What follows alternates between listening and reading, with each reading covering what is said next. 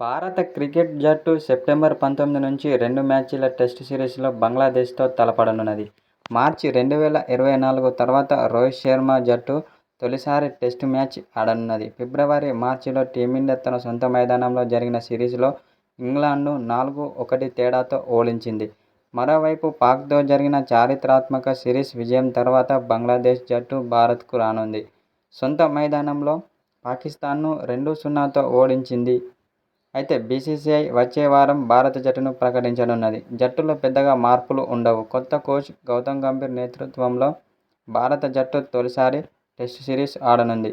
15 మంది సభ్యులతో కూడిన భారత జట్టు చూసుకున్నట్లయితే రోహిత్ శర్మ కెప్టెన్, యశస్వీ జైస్వాల్, శుభ్మన్ గిల్, విరాట్ కోహ్లీ, సర్ఫరాజ్ ఖాన్, దేవదత్ పడిక్కల్, రవీంద్ర జడేజా, అక్షర్ పటేల్, ఆర్ అశ్విన్, రిషభ్ పంత్, ధ్రువ్ జురెల్, కుల్దీప్ యాదవ్, మహమ్మద్ సిరాజ్, ముఖేష్ కుమార్, ఆకాశ్ దీప్లు ఉన్నారు. అయితే ఈ జట్టులో శ్రేయస్ అయ్యర్కి అలాగే మహమ్మద్ షమికి చోటు దక్కలేదు.